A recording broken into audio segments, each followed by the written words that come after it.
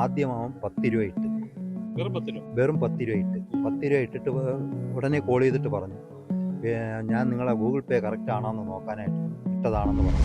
എല്ലാവരും പറയുന്നുണ്ട് നമ്മൾ ഈ സൈബർ ഇടത്തിൽ അല്ലെങ്കിൽ നമ്മുടെ ഈ ഡിജിറ്റൽ മീഡിയയിൽ നമ്മൾ സ്വയം സാക്ഷരത നേടിയെന്നൊക്കെ അവകാശപ്പെടുന്നുണ്ടെങ്കിലും ഒരു തരത്തിലും അത് സാക്ഷരത നേടിയിട്ടില്ല എന്നുള്ളതിൻ്റെ ഏറ്റവും പ്രകടമായ ഉദാഹരണമാണ് നമ്മുടെ മുമ്പിലുള്ളത്. ഈ നമ്പറിലേക്ക് തിരിച്ചിടാൻ ഒക്കില്ല, അടുത്തൊരു ഗൂഗിൾ പേ നമ്പർ കൊടുക്കണം.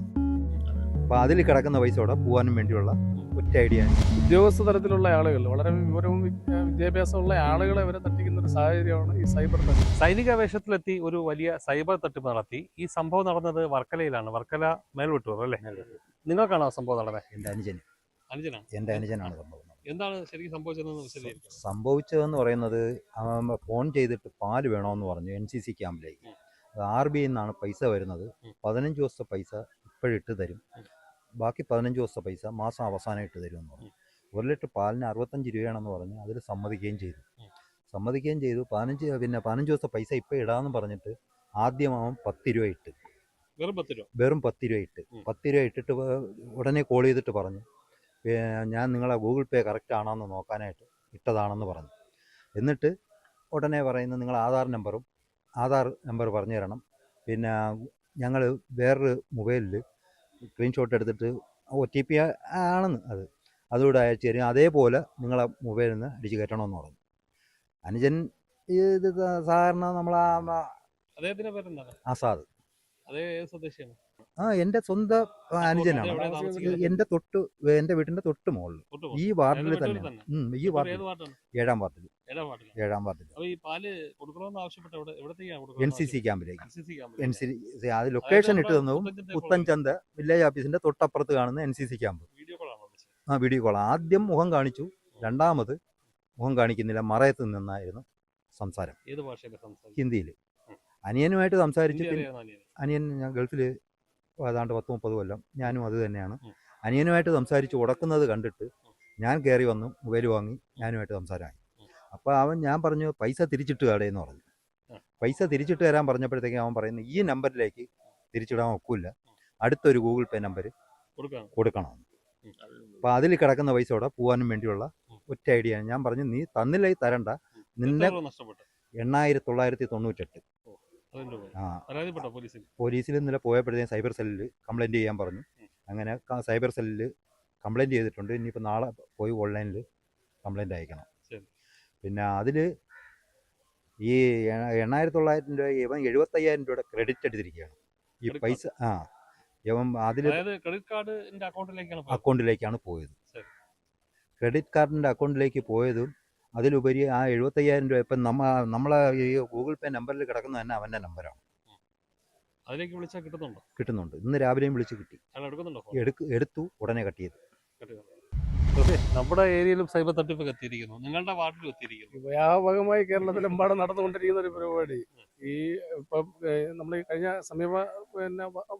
മാധ്യമങ്ങളിലൊക്കെ നമ്മൾ കണ്ടിട്ടുണ്ട്.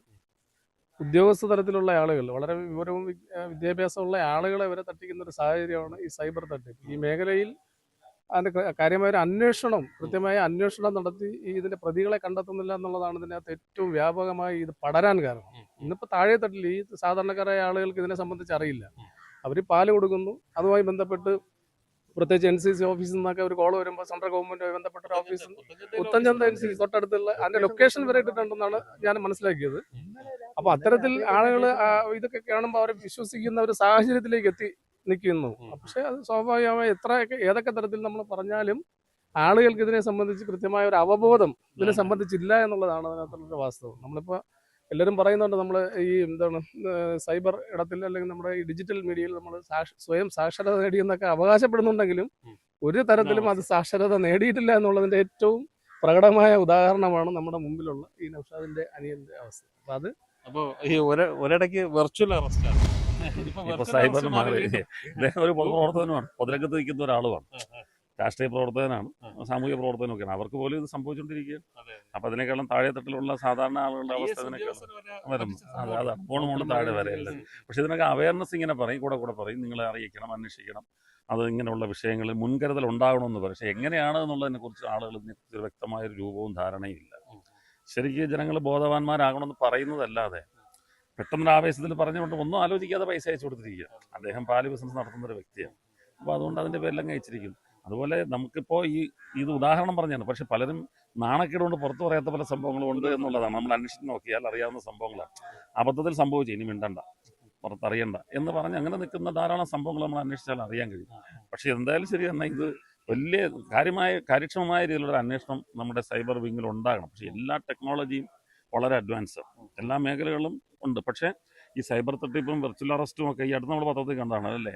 വലിയ ഉന്നത വിദ്യാഭ്യാസം നേടിയ ആളുകൾ വരെ വെർച്വൽ അറസ്റ്റിന് ഭാഗവാക്കളായി പല രീതിയിലും അക്കൗണ്ട് കോടിക്കണക്കിന് രൂപ നഷ്ടപ്പെട്ടുകൊണ്ടിരിക്കുക.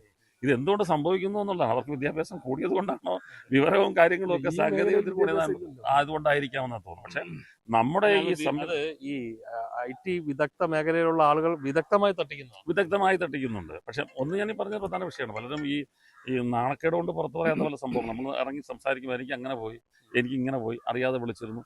മുമ്പൊക്കെ ഇങ്ങനെ നമ്മുടെ ഫോണിലൊക്കെ മെസ്സേജ് വരുമല്ലോ, നിങ്ങൾക്ക് ഇത്ര കോടി അടിച്ചിരിക്കുന്നു, നിങ്ങൾ 1000 രൂപയുടെ അങ്ങോട്ട് അയച്ചു കഴിഞ്ഞാൽ ബാക്കി ഇങ്ങോട്ട് കിട്ടും. അങ്ങനെയൊക്കെ ധാരാളം പേര് ഇതിനകത്ത് വീണിട്ടുണ്ട് ഈ ചതിയിലൊക്കെ. അതൊക്കെ പോയി അതിനുശേഷമാണ് ഈ പുതിയ വെർഷൻ ഇപ്പോൾ വന്നിരിക്കുന്നത്. ഓരോ മോഷണത്തിനും പുതിയ പുതിയ മെത്തേഡുകൾ ആസൂത്രണം ചെയ്തതിൻ്റെ ഭാഗമായാണ് ഇതും വന്നിരിക്കുന്നത്. ഈ കാലഘട്ടത്തിനനുസരിച്ചുള്ള മാറ്റങ്ങളാണ് ഇതുണ്ടായ. ഇതിന് ഒരു അടിയന്തരമായി ഇത് തടവരണമെങ്കിൽ നമ്മൾ IT വിങ് വളരെ കാര്യക്ഷമമായ ഒരു പ്രവർത്തനം ഉണ്ടാകണം. ഇത് നമ്മൾ ഈ പരാതി കൊണ്ട് കൊടുത്താൽ പോലും ഒരു പക്ഷേ ഉദ്ദേശിക്കുന്ന സമയത്തിനുള്ള നമുക്കൊന്നും റിപ്പോർട്ട് കിട്ടത്തില്ല.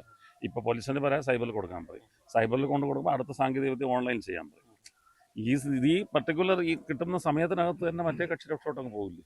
അതൊക്കെയാണ് സംഭവിക്കുന്നത്. ഏതായാലും 8,998 രൂപ കൃത്യമായി പറഞ്ഞാൽ അത്രയും പൈസയാണ് വർക്കല മേൽവട്ടൂർ സ്വദേശിയായ ആസാദ് എന്ന വ്യക്തിക്ക് നഷ്ടമായിരിക്കുന്നത്. ഗൂഗിൾ പേ സംവിധാനത്തിലൂടെയാണ് ഈ പണം തട്ടിയെടുത്തിരിക്കുന്നതാണ്. അതുകൊണ്ട് എല്ലാ ആളുകളും, ഈ വാർത്ത കാണുന്ന എല്ലാ ആളുകളും ജാഗ്രതയായി നിൽക്കുക. ഈ ഒരു തട്ടിപ്പിന് ഒരുപക്ഷെ നിങ്ങളും അടുത്ത ഇരയായേക്കാം. ക്യാമറമാൻ അനീഷ് മംഗലോടത്തിനൊപ്പം രജനീഷ്, വിസ്മയ ന്യൂസ്.